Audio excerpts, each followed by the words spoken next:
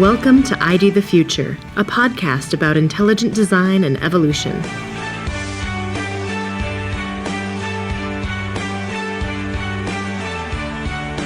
Welcome to ID the Future, a podcast of the Discovery Institute Center for Science and Culture. I'm Joshua Yunkin. Today we're pleased to present an interview with CSC Senior Fellow Dr. Michael Denton. Dr. Denton has been a medical geneticist for over 20 years, a researcher on the mammalian eye, and is the author of 2 books, Evolution, a Theory in Crisis, and, more recently, Nature's Destiny. He holds an MD from Bristol University and a PhD in biochemistry from King's College London.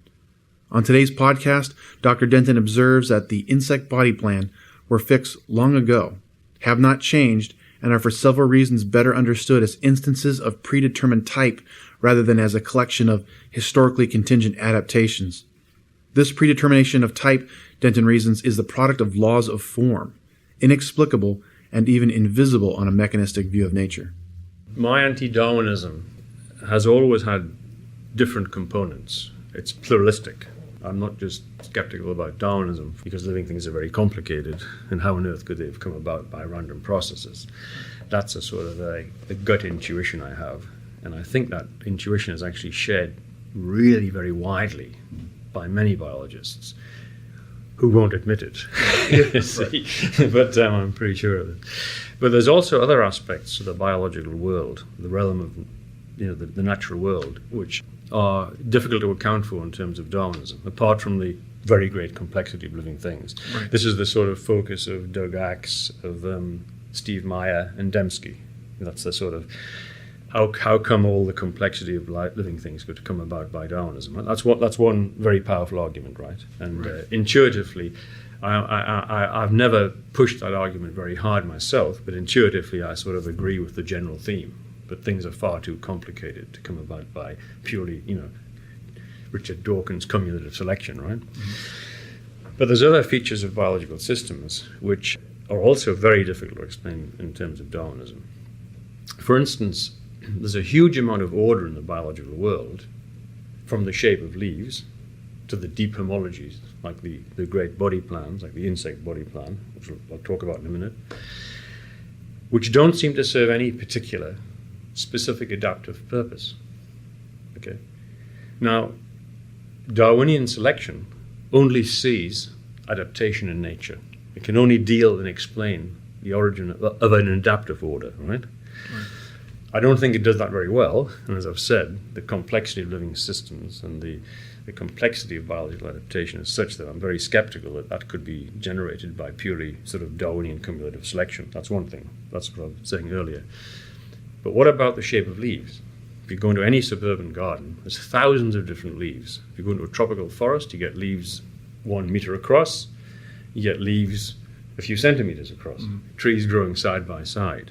What's the adaptive significance of all these strange patterns of leaves, right? And if you can't say what function they serve, it's very difficult to imagine how selection can see them. Yeah, see what I mean? Couldn't someone say that it's like the shape of a snowflake? It's somehow inherent in the pattern. That's the Platonic thing beginning now. That's the thin end of the wedge now. If you take the insect body plan, for instance, insects have 6 legs, and each leg is divided into six distinct bits. Right. They have 4 mouthpieces, they have 3 body plans, and they have 3 segments in the thorax. Right? That's a body plan, right? But it seems to have a numeric, abstract structure which doesn't serve any particular function. I mean, not really. And all insects, for 400 million years, through the history of the planet, have exactly that body plan. It's totally robust. It hasn't changed one little bit. And this, of course, these observations were the basis of the fixity of the species, the fixity of the type before Darwin, you see. Modern biology has sort of forgotten about this and tends to ignore it. But it's a huge problem because these forms don't seem to have any specific adaptive significance.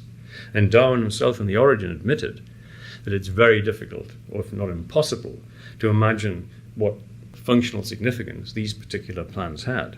And what he says is, it's a very weak argument. He says, well, perhaps they did have some function in the past. But the fact is that, in fact, the typological view was that, in fact, these basic body plans, and indeed a lot of the patterns of nature, are part immanent in the natural order, like crystals, because the crystal was a great symbol of organic order before Darwin. And they were looking for the laws of form, just as we have laws of crystallography and laws of chemistry, which determine a finite set of allowable structures. So they were looking for the biological laws of form, which would explain these curious patterns in nature, which have a crystalline, numerical, geometric sort of appearance, right? Like a leaf or the insect body plan, right? So I'm not only skeptical of Darwinism because living things are fantastically complex, machine-like entities which serve functions. Right. And I mean, we're talking about fantastic complexity now, right? I'm also skeptical because I think there's a great deal of patterning in nature which is extremely difficult to imagine it ever had any specific function which selection could sort of focus on and see and change, right? And so this leads to an extraordinary fact. The whole taxonomic system is based on these patterns. You define an insect not by its adaptive characteristics, but by the fact that it has the insect body plan. That makes it an insect. And all the great taxa of the system of nature are based on these fundamental patterns in nature, the types. And none of them you can give a clear adaptive significance. You can't see any clear adaptive significance for these things at all, you see. In my anti-Darwinism resides on two great issues. It was present in evolution theory in crisis, perhaps not clearly differentiated, but it was there. The theory of the type. Richard Owen called them primal patterns. It's a beautiful term. And he called the adaptations built upon them adaptive masks. So we have the basic pentadactyl plan of the terrestrial limb, and we have fins, we have hoofs, we have all sorts of things, but they're all derived embryologically from the same basic pattern. We have a fantastic diversity of insects with all sorts of mouthpieces, but the mouthpieces always have four basic parts. We have all sorts of mammalian teeth systems, but they're all based on a particular plan, a pattern, underlying pattern. We have 7 cervical vertebrae in a mouse and a giraffe. So these are the homological patterns underlying the adaptive things, right? I mean, giraffe has a long neck, perhaps to reach up to the things, and a mouse has a short neck, right? But the adaptations are built like adaptive masks on these basic primal patterns, right? So this was pre-Darwinian biology. I'm a pre-Darwinian biologist. Yeah. You see, I mean, I think theory of the type. If every American school kid knew that the types which underlie the whole taxonomic system of nature, the basic types, insect body plan, etc., are probably or can't be clearly said to be adaptive, that's a huge hole in the Darwinian worldview. Because you're now putting all the adaptations in nature onto a series of great types and plans, and these types and plans look abstract and geometric. And when you go into the invertebrate world, you go into like coelenterids, you'll have sort of certain sorts of organisms divided into 8 pits, 6 pits. For instance, squid have 10 limbs. Octopuses have 8. So there's another separation of 2 types. Is it adaptive having 10? Is it adaptive having 8? Is it adaptive having 5 fingers? Why not 6? Why not 4? So you can't give Darwinian explanations for this vast panoply of patterns which underlie the biological world. So that's the theory of type, I mean, in a nutshell. So if we had a thoughtful, clear-minded Darwinist here with us today, what would he say in response to what you're saying? How would he defend? Well, he would say that, in fact, these patterns once served some adaptive function, you see. But even then, if you take that view, right, that means they must have evolved gradually. But for some reason, mysteriously were frozen at one stage and then never changed.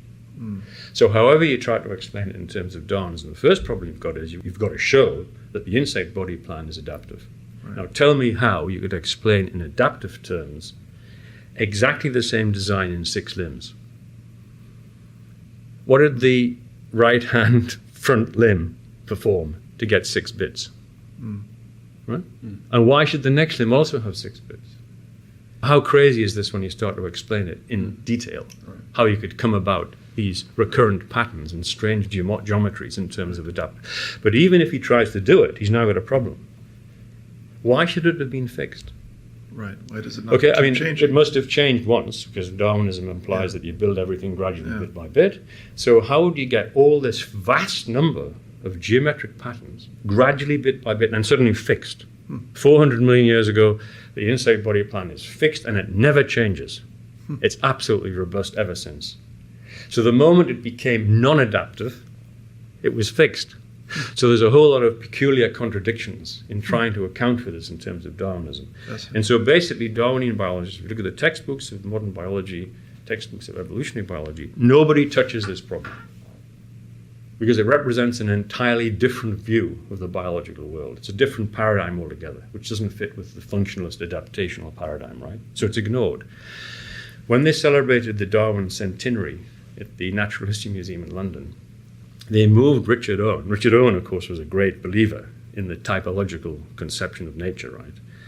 He was a great typologist, and he was the founder of that museum, right? And so they moved his statue to a very unprominent place because, of course, Owen's view was a complete contradiction of Darwin, and Darwin never met Owen's challenges.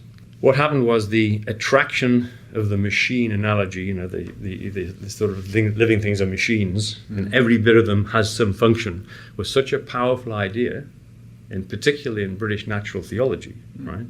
This continental Platonic typological view that there's a lot of order which is not functional, doesn't serve any specific environmental demand, that was just ignored. You have to ignore it.